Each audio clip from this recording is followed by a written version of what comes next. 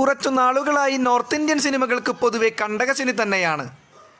ഒരുപാട് നാളുകൾക്ക് ശേഷമാണ് വിക്കി കൗശാൽ നായകനായ ചാവ എന്ന സിനിമ ഹിന്ദി ഭൂമികയിൽ തേരോട്ടം തെളിച്ചത്. അതിനു മുൻപുണ്ടായ ഒരുപാട് സിനിമകൾ ഫ്ലോപ്പായി മാറുകയായിരുന്നു. എന്നാൽ ഏറെ പ്രതീക്ഷയോടുകൂടി എത്തിയ സൽമാൻ ഖാൻ സിനിമ സിക്കന്ദറിനും തണുത്ത പ്രതികരണമാണ് ഹിന്ദി ഹൃദയഭൂമിയിൽ നിന്ന് ഉണ്ടാകുന്നത്. പല സൗത്ത് ഇന്ത്യൻ സിനിമകളും നോർത്ത് ഇന്ത്യയിൽ നിന്ന് പണം വാരിക്കൂട്ടുമ്പോഴും നോർത്ത് ഇന്ത്യൻ നിർമ്മിതികൾക്ക് അവിടെ ക്ലച്ച് പിടിക്കുന്നില്ല എന്ന അവസ്ഥയിൽ തന്നെയാവുന്നു. അവസാനം സൽമാൻ ഖാൻ ചിത്രം സിക്കന്ദർ ഫ്ലോപ്പായി മാറുകയാണ് എന്ന റിപ്പോർട്ടുകളാണ് പുറത്തു വരുന്നത്. ഹായ് ഫ്രണ്ട്സ്, മലയാളം മൂവി ന്യൂസിൻ്റെ ഒരു പുതിയ വീഡിയോയിലേക്ക് എല്ലാവർക്കും സ്വാഗതം. സിനിമാ മേഖലയിലെ പുതുപുത്തൻ വാർത്തകൾക്കായി ചാനലൊന്ന് സബ്സ്ക്രൈബ് ചെയ്തു വെക്കുക. നമുക്ക് വാർത്തയിലേക്ക് കടക്കാം.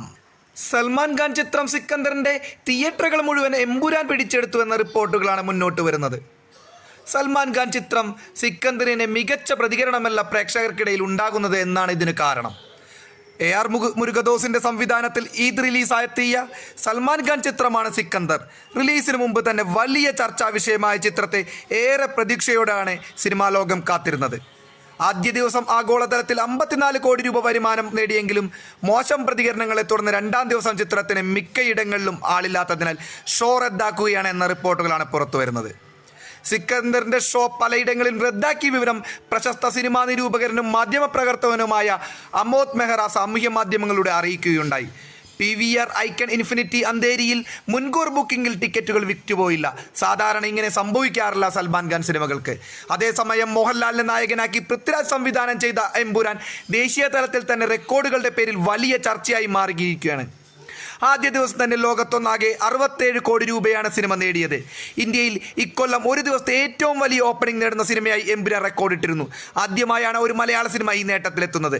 മുംബൈയിൽ സിക്കന്ദറിനേക്കാൾ എമ്പുരാനിലാണ് സിനിമാ പ്രേമികൾ താല്പര്യം പ്രകടിപ്പിക്കുന്നത്. മുംബൈയിലെ 4 മൾട്ടിപ്ലക്സ് ശൃംഖലകളിൽ സിക്കന്ദറിന് പകരം എമ്പുരാൻ പ്രദർശിപ്പിച്ചു എന്നും വാർത്തകളുണ്ട്. John എബ്രഹാമിൻ്റെ the ഡിപ്ലോമാറ്റും പ്രദർശനത്തെത്തിക്കുന്നുണ്ട്. ഇതിനു പുറമെ ഏതാനും പ്രാദേശിക റിലീസുകൾ കൂടി സൽമാൻ ഖാൻ ചിത്രത്തിന് പകരമായി ബോളിവുഡ് ഹംഗാമയുടെ റിപ്പോർട്ട് പ്രകാരം ഈദിന് ശേഷം സിക്കന്ദറിൻ്റെ പ്രദർശനങ്ങളുടെ എണ്ണം കുറയ്ക്കുവാൻ തിയേറ്ററുകൾ തീരുമാനിച്ചിട്ടുണ്ട്. ഏതായാലും പല വിവാദങ്ങൾക്കിടയിലും 200 കോടി നേട്ടം കൈവരിച്ചിരിക്കുകയാണ് എമ്പുരാൻ. ഏറ്റവും വരുമാനം നേടിയ മലയാള ചിത്രങ്ങളുടെ പട്ടികയിൽ മഞ്ഞുമൽ ബോയ്സ് മാത്രമാണ് ഇപ്പോൾ എമ്പുരാന് മുന്നിലുള്ളത്.